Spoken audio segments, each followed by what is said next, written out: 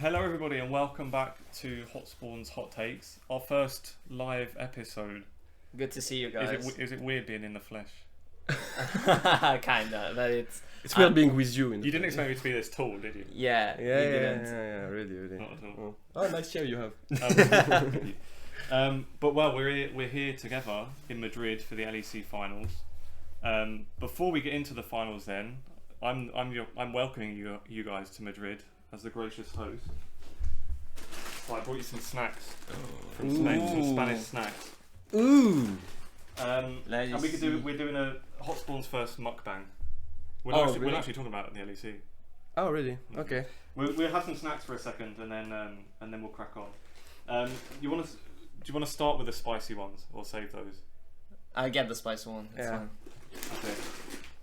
I'm gonna try not to fuck the audio too much and blast it in everyone's ears.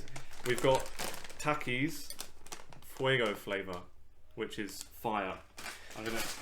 You guys need to know that it's in the morning, so we're eating spicy chips in the morning. Oh gosh. Isn't that when you usually eat? There, go ahead.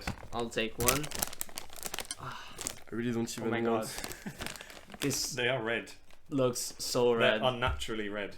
Cheers, boys. I just brushed my teeth. Mini.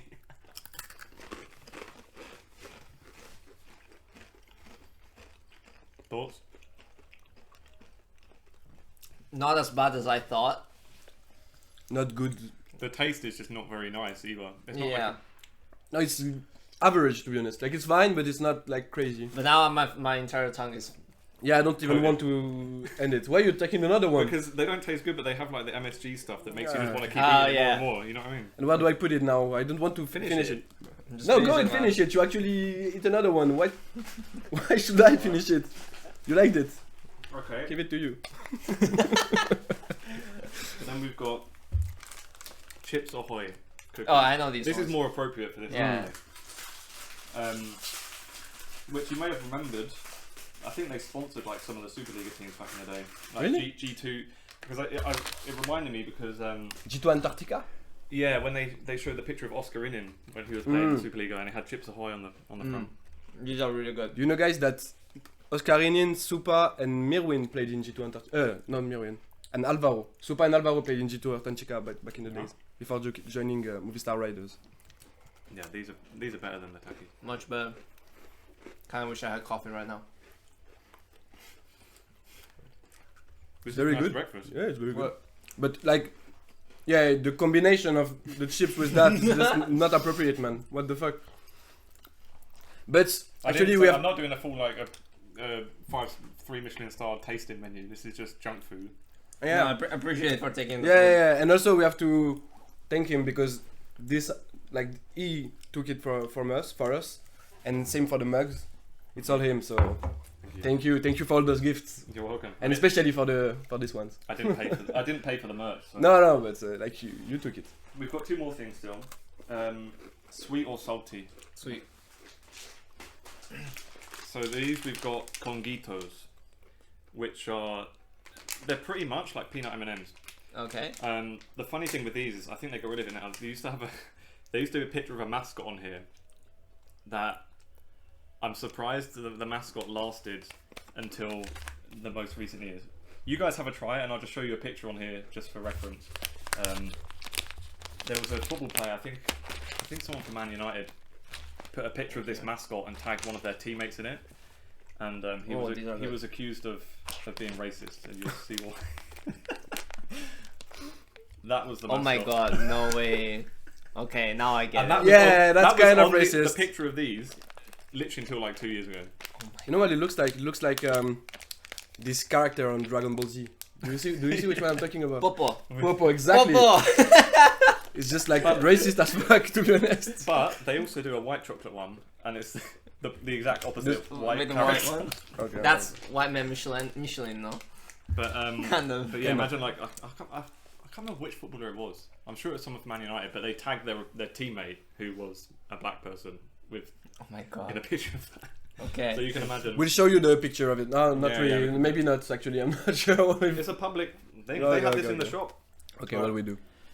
Yeah. Right, guys. Historical I think context. we should start. We got No? one more. Oh, okay. Oh, really? which is we've got pipas, which is sunflower seeds. Okay, I'm used to those. This is like mega popular. Do you know how to eat them?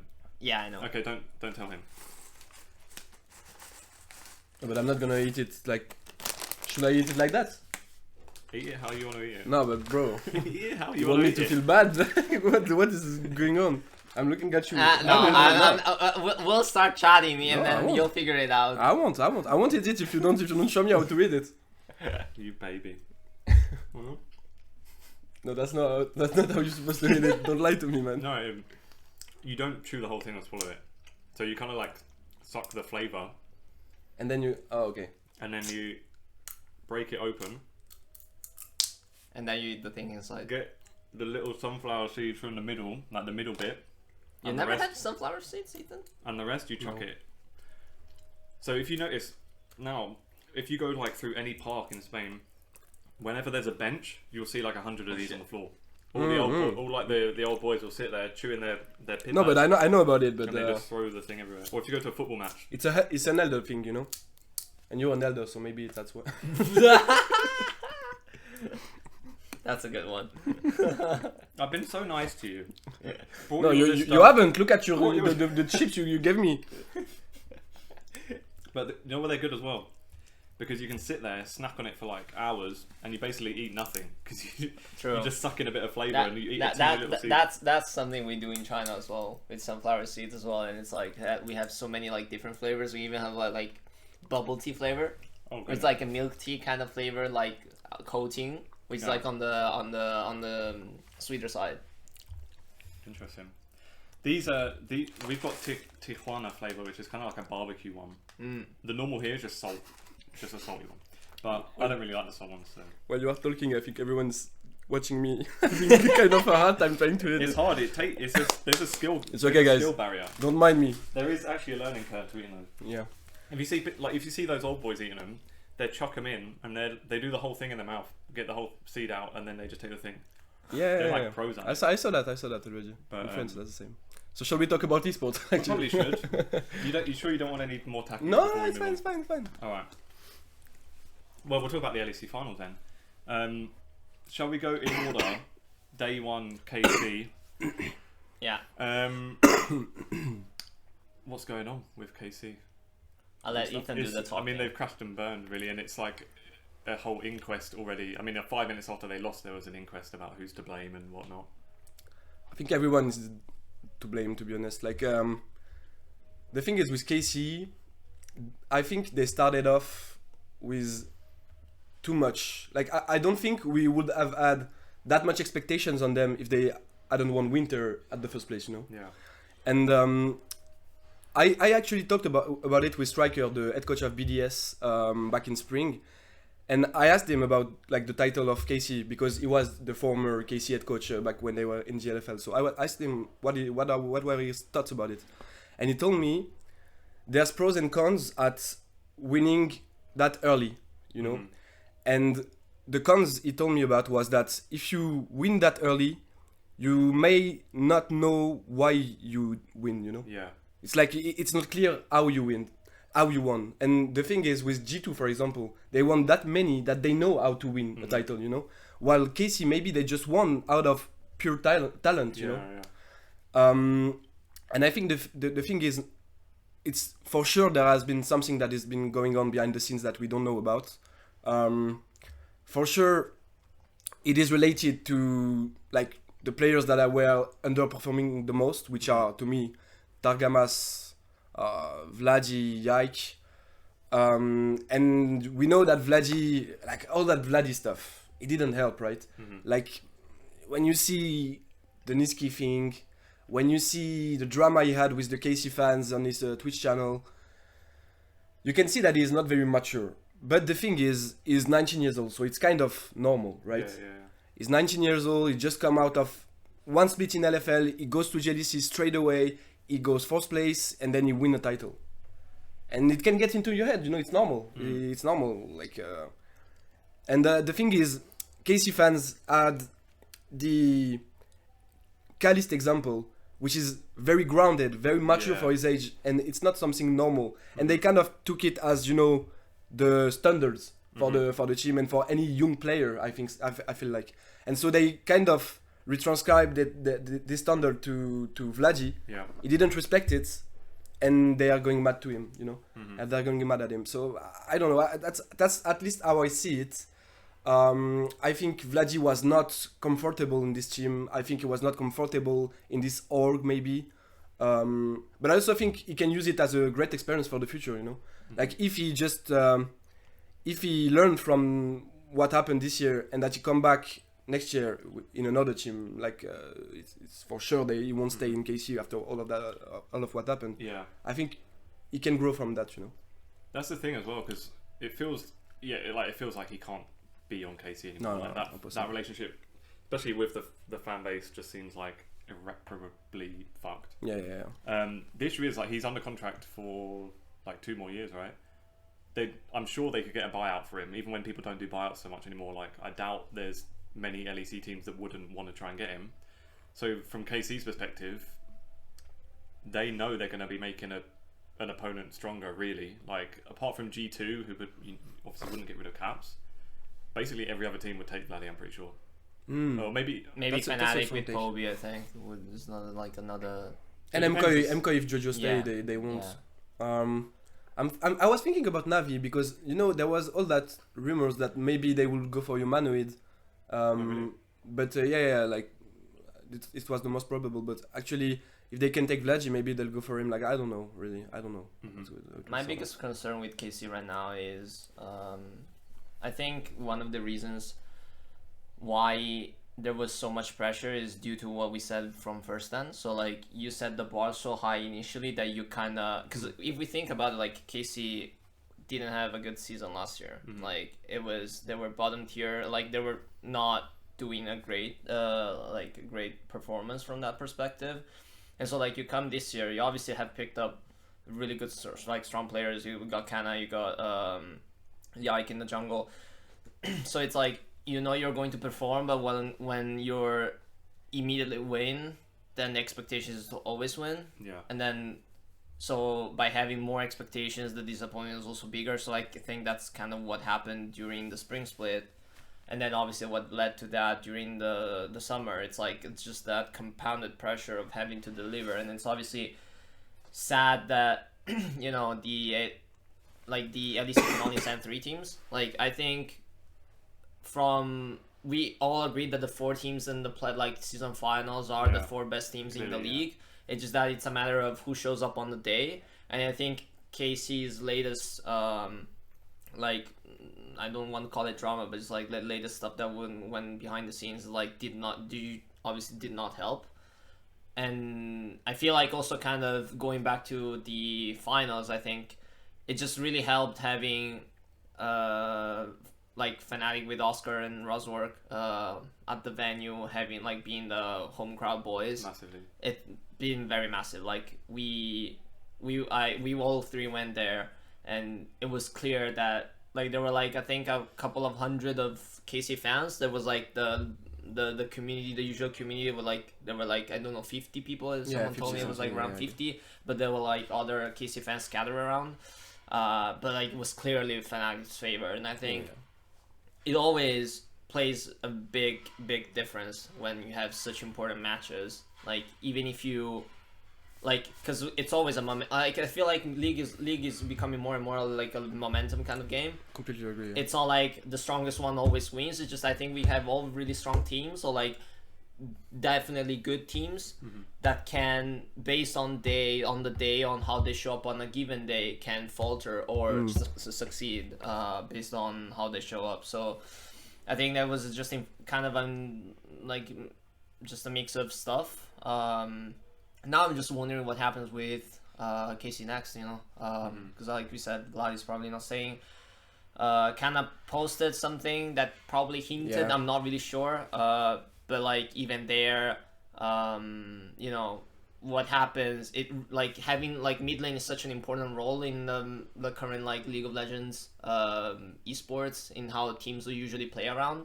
So like who are you going to get, and will you have the other pieces that match with what you're getting is like my biggest question.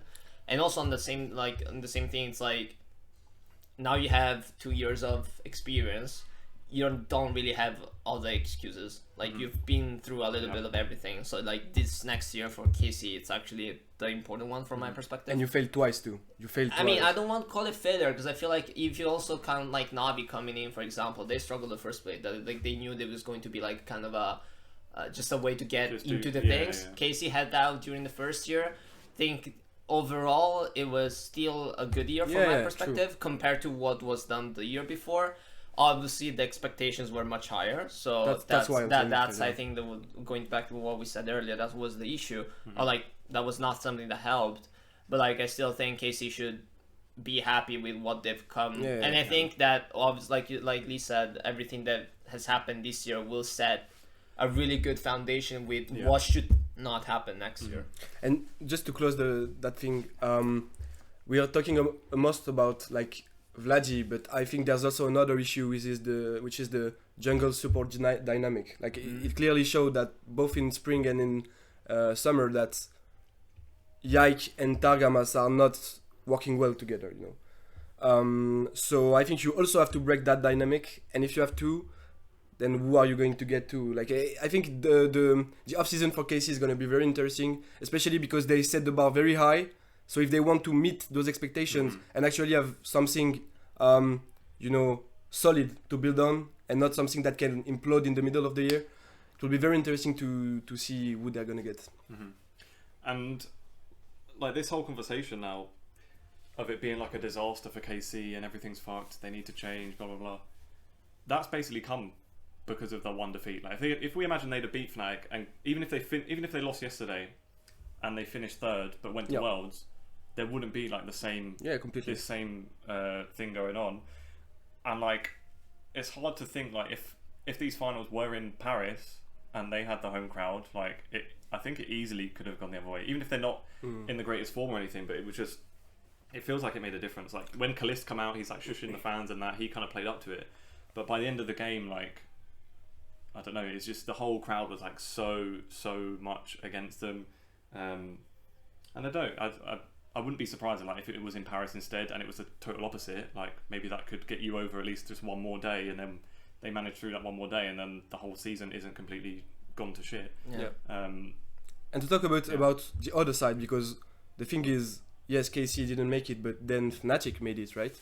And Fnatic actually, even though as you said maybe there was the on-crowd buff and everything, but I do think that they were also the better team on this day, you know. Like they were the better team, like for sure. There was no excuses, you know. And what we didn't talk about is Oscarini's performance against the best player in the league. Exactly. You know, like if there was one thing we couldn't like predict, it was that, right? And I think a lot of credit goes to him. And what is even funnier is that the next day he shows up and he gets kind of smashed by Mirwin. And like Merwin is a very good player. Like I think to me he's the most improved player this year. But still, it's funny to see like this comparison. Like maybe he just thought that the job was done. Maybe the home crowd buffed him the last day. But now that then, I mean, like everyone wanted Fnatic, and then as soon as MKOI turned up, everyone wanted MKOI. And maybe it Fnatic weren't getting booed like KC were, but they also weren't getting cheered. I mean, yesterday, honestly, like. Because obviously we're shooting this right before the finals between G2 and MKOI. Like yesterday was clear that like 60-70% of the entire crowd was just on MKOI. I feel like I've seen some Fnatic fans, and also there was like Fnatic Dragons who obviously came out to cheer for their team, but just that really hypes it up. And I think also like players like Leolia, Merwin, and like even Supa and Alvaro, like I think the Spanish guys probably felt it more to their heart. And just having everyone cheering for them is what's happening, like something that really powers up. Like the players don't feel it, but actually deep down they have that like extra bit that goes. And I think in an interview with Jojo that Ethan did, he was talking about like how he really enjoys having the big arenas. And I think that's kind of what obviously esports needs. You know, we want to have more kind of this feel like atmosphere. This is obviously great. Obviously, you'll have the other side where if you go to like if you're playing Spain, obviously if you're any other team that's not doesn't have anything to do with Spain or like Spanish players, KC G2 in the final. It would be like it would have been kind of probably a little bit more dead in that sense. But I still think that most LEC fans just really enjoyed the game itself. But it's just that, you know, it's that one indirect buff that sometimes happens. Things align, stars align, and sometimes they don't. So I'm just now looking at like Fnatic, MKOI, and G2 are going at Worlds. We probably have to talk about that maybe a little bit later, but I just think that regardless, I think we're still sending 3 good teams. I'm not sure about what we can expect from them, because we haven't seen G2 play the past 2 weeks as well. I think that there's good confidence, but at the same time, by the time you go against the Eastern teams, there will be probably some reality check initially. So if they're good at adapting by the time Swiss stage starts, I think me might have a good chance, because I feel like G2 ramped up really quickly. Like they took some time at MSI, but they didn't really have much time because they obviously were knocked out immediately in the playoffs, and then they were knocked out immediately by FlyQuest. But like by the time they went to EWC, they got a little bit better. So like if they can get the prep good enough, I think definitely like we have good shots. Yeah, I'm a bit scared about Fnatic though, because the thing with Fnatic is that they are very predictable, and what they did against KC was very predictable too. Like they played DAF comps. We knew they were doing that, you know. KC took the bet that even if they play dive comps, we're gonna win the lane, we're gonna smash them in early game, and it's going to go well, right? Which didn't happen, maybe because of stage jitters, maybe because of I don't know, because KC is not a very good early game team from the start of the year, especially on stage. So yeah, I think it's just that MKOI knew that they were going to do that. They didn't like try to counter it by playing the early game. They tried to counter it by playing comps that will be better in fights, and that's just what happened, you know. So yeah, I do think that when they go to internationals, if they don't kind of try to expand their playstyles, they will get completely run over, you know. And the thing is, with MKOI and G2, you can see that since they came back from EWC and MSI, they're looking much better on you know, that kind of diversification of playstyle. Well, then maybe talk about the final today then of MKOI and G2. What are we expecting? Because like from with the crowd buff, you know, like even if hypothetical crowd buff or whatever, but like I feel like that slightly throws some analysis out, because like imagine it to turn up, like for example, like I know Skumon has played in arenas. I feel like he's probably not played, like he played like the league of its own at least. Yeah. But he wouldn't have played in the kind of atmosphere that he's going to have to play, where the crowd definitely is against them. And well, for someone like that, league of its own, it was a bit because they were in Paris against KC, exactly. so that's what I'm saying. It's a BO1, so it's not the same, right? Yeah, and that's like a for fun thing. So yeah, exactly. It only takes like. And not to like single him out, but he is like the more rookie player. So imagine just Skumond even has a few jitters today. That could like throw the whole thing, and whatever analysis was already there can be out the window. Especially I agree with you, especially because I think he's the key to G2 playstyle. In the sense that whenever he show up, G2 looks like the best team in the league, no contest, you know. So I do think that it will all rely on him. And the thing is, it's very uncertain because first, we haven't seen G2 play in 2 weeks, so we don't know what to expect from them, even though they were looking like clearly the best team in the league before that, especially because Kumon was smurfing the league. But the other thing is that they choked 2 times in the final. So, and now, not only they play a final, but they play a final in front of like MKOI's crowd, you know? Yeah. So the choke factor is like more present than ever, you know? So yeah, I don't know what to expect. I do think that if both team plays at their peak, I do think G2 is better, especially because all around they found their meta. I think Labrov has stepped up a lot. I think especially BB is playing much better. He found all those counter pick that he needed. He found all the the meta shifts that he needed. And yeah, I think that's where he shines the most. And yeah, Caps is looking great. The synergy with Kumund is starting to reach maturity. So I'm curious, but I do think it can go either way, and I think it all depends on G2 choking or not, on Kumund choking or not, especially. Mm-hmm. Still think that overall my prediction would be for G2. The one thing that I'm interested in seeing is like how both teams approach the draft, because we've started seeing like very like a little bit of shifts, I think, also, and then also obviously Worlds will have a major shift with like the new junglers, because like there's AP junglers and stuff like that coming. So like I want to see more how teams use their drafts to play the game rather than just looking at the drafts itself. What I mean is like I want to see whether the teams that can actually understand what, like, execute what they want to do with their comms, because I think that's a fundamental thing that then if you can apply to everything else, it just works. Like Ethan said, I still think that the main key for me in this matchup will be just Eliolia Skimon, literally the jungle and partially the support. Just because we've seen how just important that the junglers literally have been, but not just across the LEC, just across all regions. Like the best, I think, teams with the strongest junglers, or like with good junglers that can play around their player, like the teammates are usually the ones that succeed the most. And Skewman compared to Eliolia, I think, is a little bit more individual in that sense. He can like take up more resources and kind of play the game how he wants to, while Eliolia always has been like, I'll play for the team, but he'll be just so consistently good that he'll end up being also ahead, you know.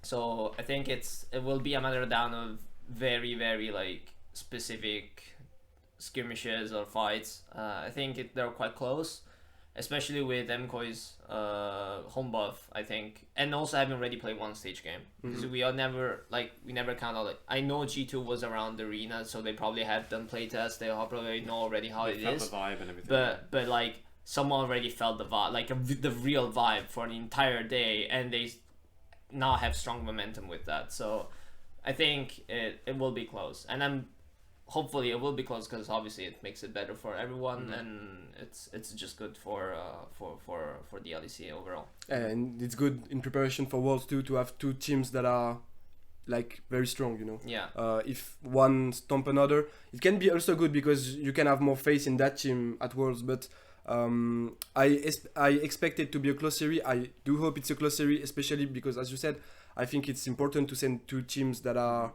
you know, that can match.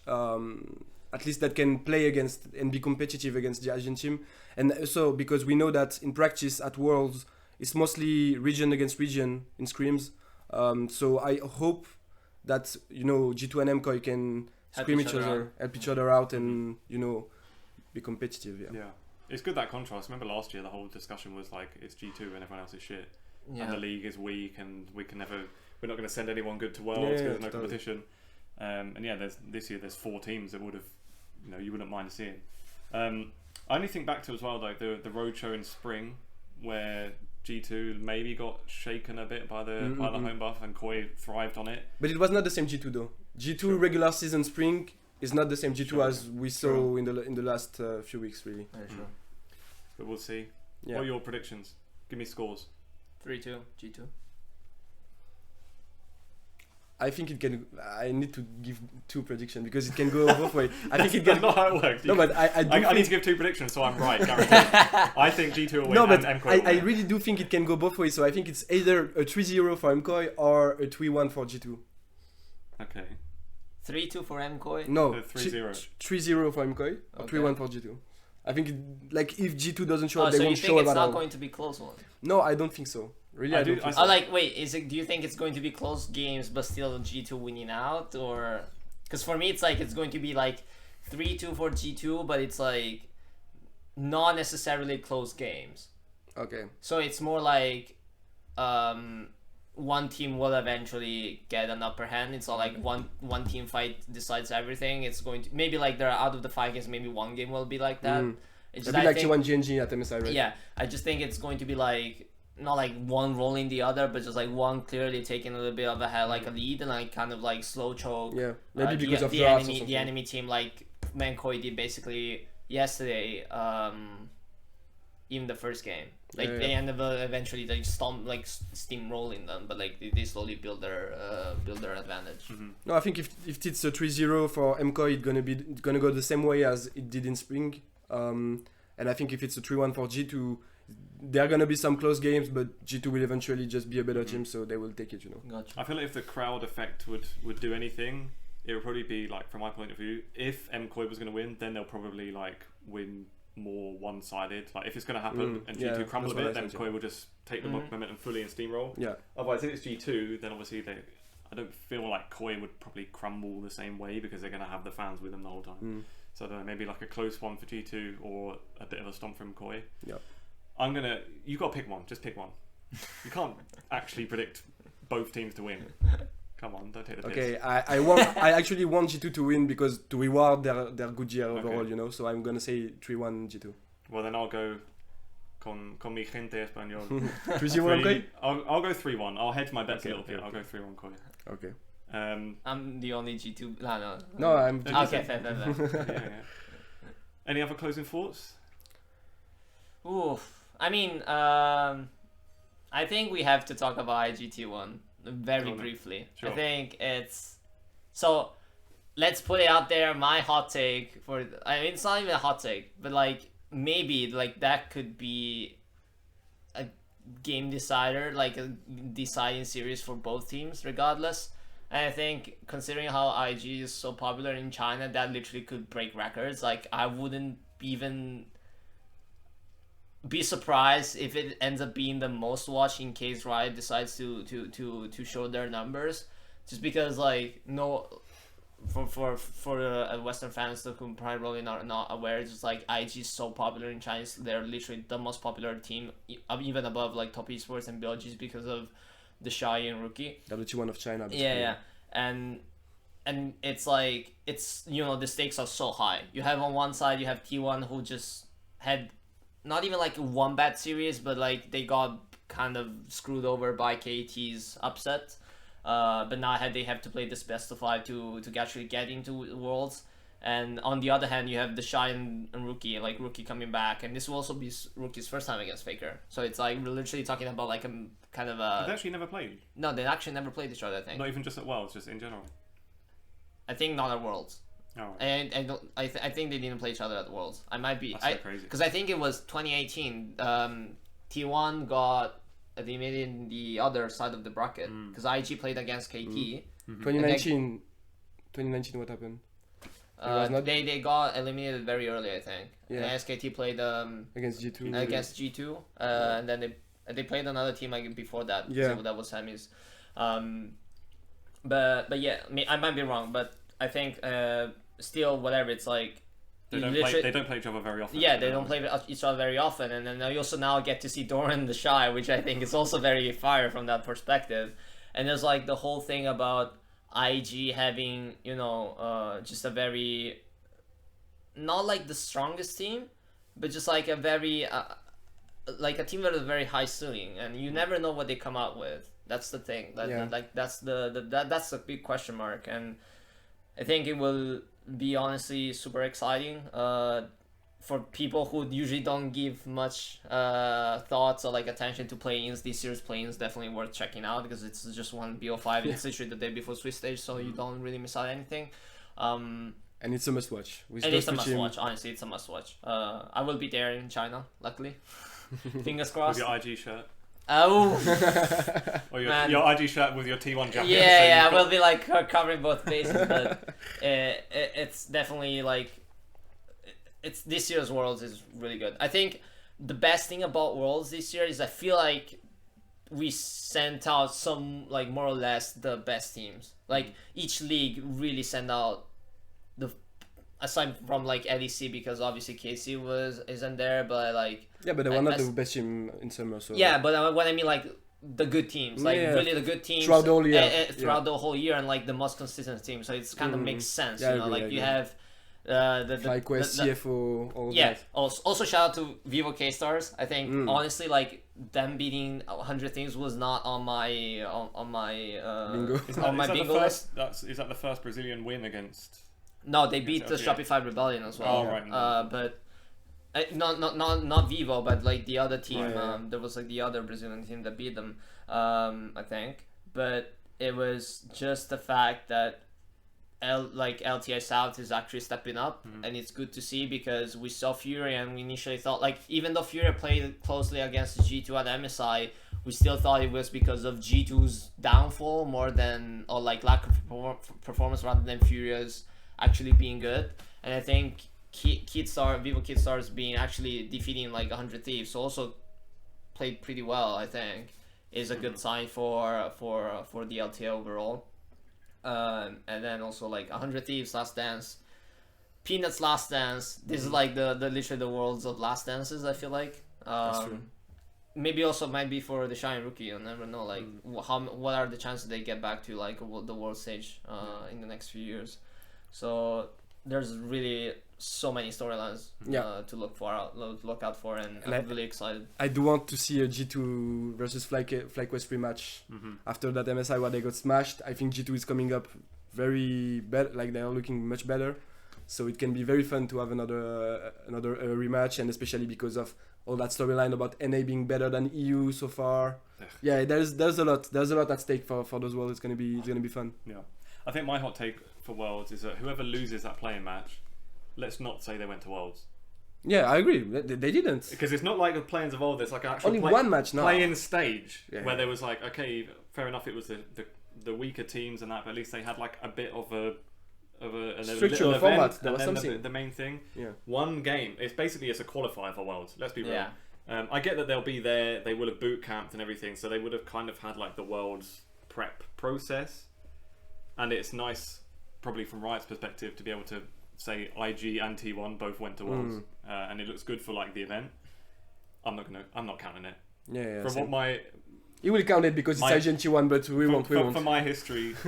No, I still think I won't count it in that sense. I just think that at least it's a good way. I feel like it's a bit. It's a great like hype match for. It's a really great hype match. I think Riot did a really good job to make the plays kind of relevant. I think that on the other hand, there's always the argument of okay, but like clearly this like whoever goes home doesn't really deserve to go home that early. They're better than half the rest of the They're teams. probably still. like at least still like as good as, if not better than like 6 out of 7 teams in the Swiss stage. I think those two teams should have just went in directly, to be honest. But yeah. But at the same time, like the counter argument is like that's how format works. That's how you literally hype up stuff. Like even the whole thing about like we're sure that there will be a non-LPL LCK team in the top 8, and even though it's like a certainty right now, you still have wonder like who will that be between all the LCP teams, all the LEC teams, and all the LTA teams. You know. So like you can keep that excitement going, and it's... but if it was like a KG against JGG, I don't see really the same hype. Like it's more the match of T1 against IG that is bringing the hype than those two for sure. Yeah. Well, I think we'll leave it there then. Yeah. Thanks very much, guys. Thank you, and thank you for all those gifts. You're welcome. You can take them home. Okay, I'll take this one. We're home. already you know home. What? I'll take this one home. We're already home, man. Well, yeah, we'll enjoy the finals then. Enjoy, viewers, the finals as well. And thank you for watching, and we'll see you next time. Thank you, guys. Bye bye. Peace.